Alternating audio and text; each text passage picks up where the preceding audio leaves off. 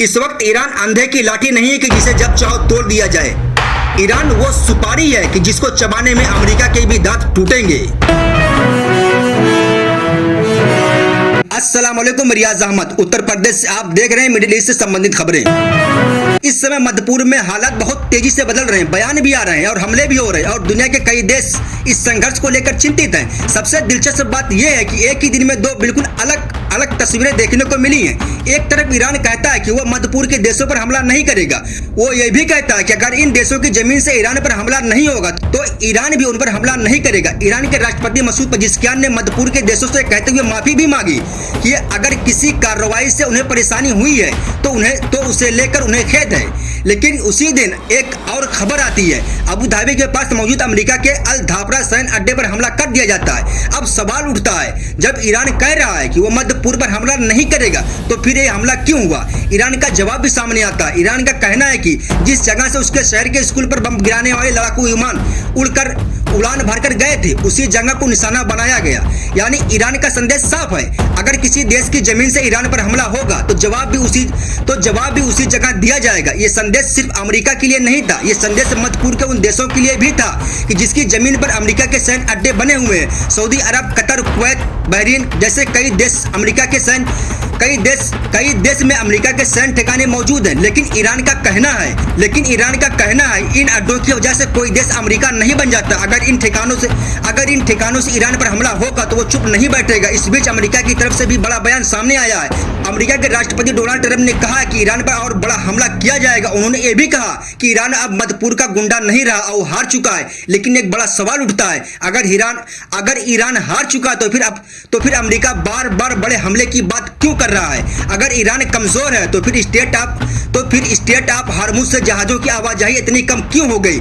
Straight of Hormuz दुनिया का सबसे बड़ा समुद्री रास्ता है। दुनिया के लगभग 20% तेल की सप्लाई इसी रास्ते से गुजरती है और अगर यहाँ तनाव बढ़ता है तो उसका असर पूरी दुनिया की अर्थव्यवस्था पर पड़ता है। ईरान की न्यूज एजेंसी के अनुसार पिछले कुछ दिनों में इस रास्ते में गुजरने वाले जहाजों की संख्या में तेजी से कमी हो गई। 28 फरवरी को करीब 98 जहाज इस रास्ते से गुजरे थे, लेकिन उसके बाद ये जहाज में लगातार कमी आती गई। 1 मार्च को केवल 18 जहाज गुजरे, 2 मार्च को सिर्फ 7 जहाज और 3 मार्च को केवल 1 जहाज और 4 मार्च को सिर्फ 2 जहाज इस रास्ते से गुजर पाए। इन आंकड़ों से साफ है कि इस इलाके में डर और तनाव का माहौल बन चुका है। दूसरी तरफ इजराइल और अमेरिका की तरफ से भी हमले जारी हैं। रिपोर्ट्स के मुताबिक इजराइल के करीब 80 लड़ाकू विमानों ने रात में ईरान के कई इलाकों पर हमला किया। अब बताया गया कि इन हमलों में 200 से ज्यादा बम गिराए गए। तेहरान समेत कई शहरों में देर रात तक धमाकों की आवाज सुनाई देती रही।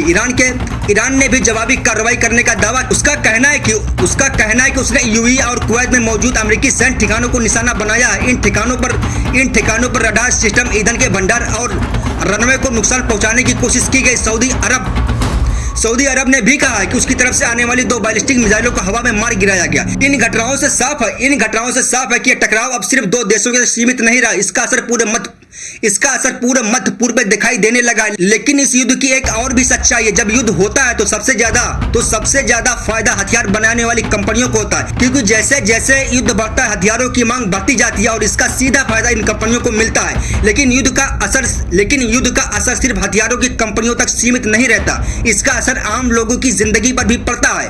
भारत में इसका असर दिखना शुरू हो गया। घरेलू गैस सिलेंडर के दाम 60 रुपए बढ़ा दिए गए हैं। कॉमर्शियल सिलेंडर 100 रुपए से ज्यादा महंगा हो गया है। अगर कच्चे तेल की कीमतों में बढ़ोतरी होती है तो आने वाले समय में पेट्रोल और डीजल के दाम और भी बढ़ सकते हैं। यानी यह युद्ध सिर्फ मिसाइलों और बमों का नहीं है, यह युद्ध तेल के बाजार में भी लड़ा जा रहा है।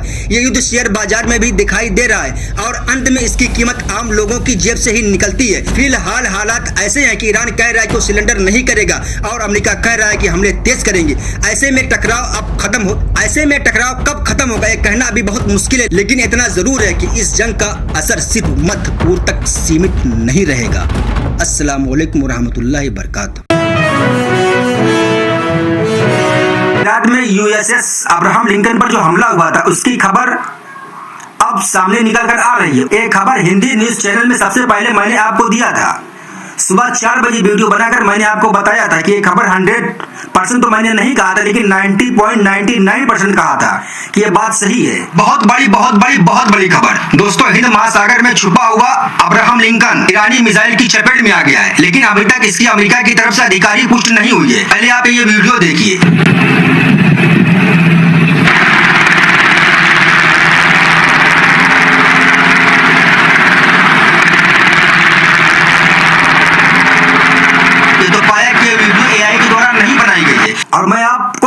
और मैं आपको ये विश्वास दिलाता हूँ कि इस चैनल पर आपको हमेशा जेन्युइन खबरें ही मिलेंगी। और मैं आपको विश्वास दिलाता हूँ कि इस चैनल पर आपको हमेशा रियल वीडियो ही मिलेगी, फेक वीडियो आपको देखने को नहीं मिलेगी।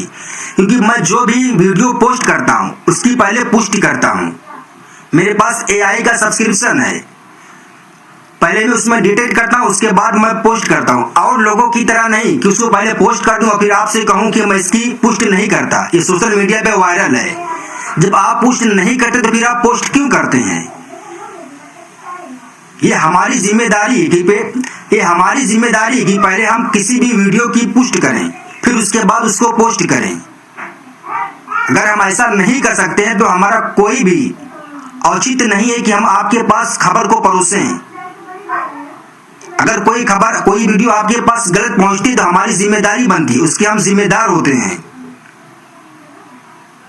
और उसके हम गुनहगार होते हैं। इसलिए मेरा आप सभी से अनुरोध है कि हर वीडियो पर विश्वास ना करें। भारत के तमाम बड़े media channel social media video को उठाकर अपने चैनल पर दिखा रहे हैं। उनके पास कोई इंक्वायरी नहीं है, उसकी हकीकत जानने का कोई सोर्स नहीं है, और फिर भी वो सोशल मीडिया की वीडियो दिखाकर आपको गुमराह कर रहे हैं। इसलिए मैं आपसे बार बार कहता हूं